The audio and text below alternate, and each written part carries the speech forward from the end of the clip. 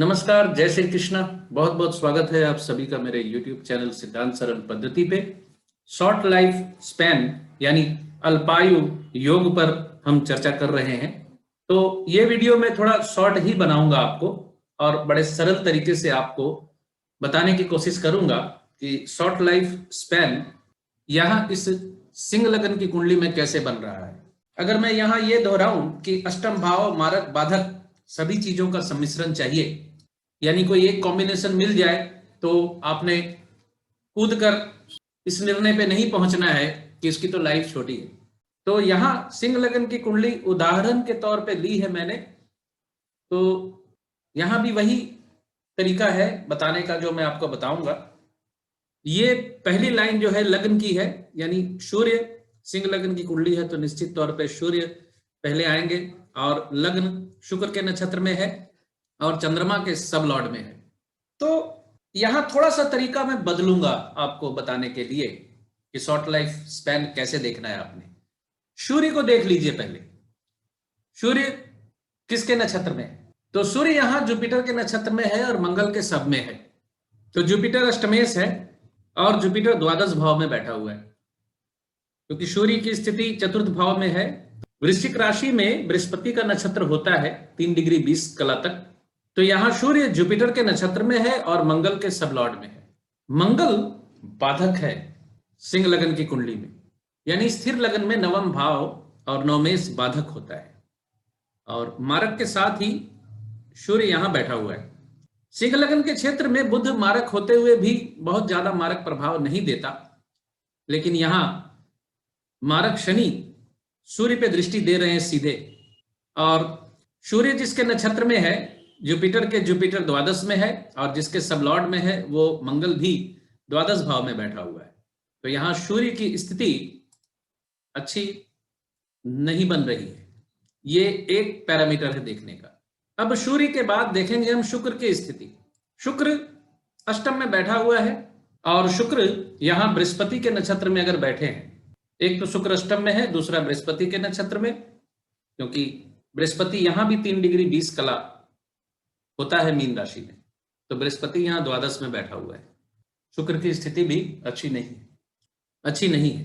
लेकिन उदाहरण के लिए शुक्र का सब लॉर्ड आप चंद्रमा, मंगल या राहु तीनों में से किसी एक को ले सकते हैं कहिए, क्योंकि यहां शुक्र को यही 3 सब लॉर्ड मिलेंगे। चंद्रमा मिलेगा तो चंद्रमा द्वादशेष है, मंगल सब लॉर्ड मिलेगा तो वो बाधक है, और राहु भी कोई बहुत अच्छा ग्रह तो होता नहीं है।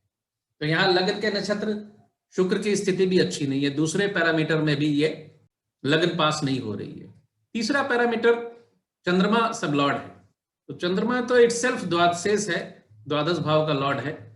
अगर इत्तेफाक से चंद्रमा एकादश स्थान में बैठे हैं, लग्न का सब लॉर्ड चंद्रमा अगर एकादश में बैठा है तो थोड़ी सी राहत आप मान के चल सकते हैं।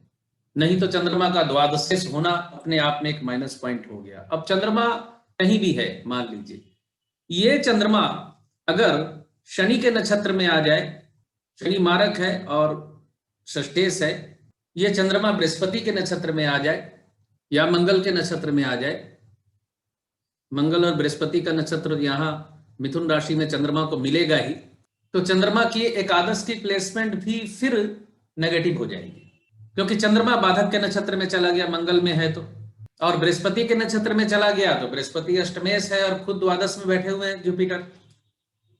हालांकि मैं ये कहना चाहता हूं कि जो बात पिछले वीडियो में कही थी कि किसी के देवता इतने भी बाएं नहीं होते हैं कि सब कुछ नेगेटिव चला जाए उसको, ये मैं इतना डिटेल में आपको इसलिए बता रहा हूं ताकि आप लोग समझें कि सिर्फ एक प्लेनेट की प्लेसमेंट से ही कूद कर अल्पायु योग नहीं बता देना चाहिए, या इस तरह का अल्पायु योग बताने वाले ज्योतिष जो है उनको ज्योतिष का ज्ञान नहीं है। ऐसे ज्योतिषियों से भी बचे आप। 3 पैरामीटर आपने देखने हैं। लग्नेश को देखना है, लग्न के नक्षत्र को देखना है, लग्न के सबलॉर्ड को देखना है, और लग्नेश के नक्षत्र को और उसके सबलॉर्ड को देखना है। तो आप समझिए यहां कम से कम 4 ग्रह एक्स्ट्रा इन्वॉल्व हो रहे हैं सूर्य के साथ। तो एक साथ चारों के चारों ग्रह, पांचों के पांचों ग्रह बैड प्लेसमेंट नहीं हो जाते। पिछले वीडियो में भी मैंने कहा था कि शॉर्ट लाइफ स्पैन इतना आसान नहीं होता। आप प्रैक्टिकली देख लीजिए, अगर अल्पायु योग ज्यादा होते तो दुनिया में इतनी जनसंख्या ना हो गई होती। अल्पायु योग का प्रतिशत जो है बहुत कम है। और मेरा ये वीडियो देखने के बाद भी अगर आपको इस तरह की स्थिति अपनी कुंडली में नजर आ जा रही है तो आप डरे नहीं, मुझसे कंसल्ट करें या किसी अच्छे ज्योतिष से कंसल्ट करें। वहां भी पॉजिटिव 10 बातें मैं निकाल के आपको बता दूंगा, क्योंकि अल्पायु योग इतना आसान भी नहीं है। शास्त्रों के अनुसार 84 लाख योनियों को भोगने के बाद इंसान के रूप में जन्म होता है, तो इतनी भी आसानी से जीवन नहीं चला जाता। हाँ, दुर्भाग्यशाली कुंडलियां भी होती हैं उसमें, लेकिन एक और बात समझ लीजिए कि उस दुर्भाग्य के लिए एकमात्र जातक की कुंडली ही जिम्मेदार नहीं होती, उसकी माता की कुंडली भी जिम्मेदार होती है, पिता की कुंडली भी जिम्मेदार होती है। यानी संतान की अगर अल्पायु मृत्यु होती है तो माता की कुंडली का पंचमेश और पिता की कुंडली का पंचमेश भी कहीं ना कहीं खराब होगा, और संतान कारक बृहस्पति कहीं ना कहीं खराब होगा माता पिता की कुंडली में भी। तो जल्दी से डर मत जाइए और जल्दी से कूद कर किसी भी डिसीजन पर ना पहुंच जाइए।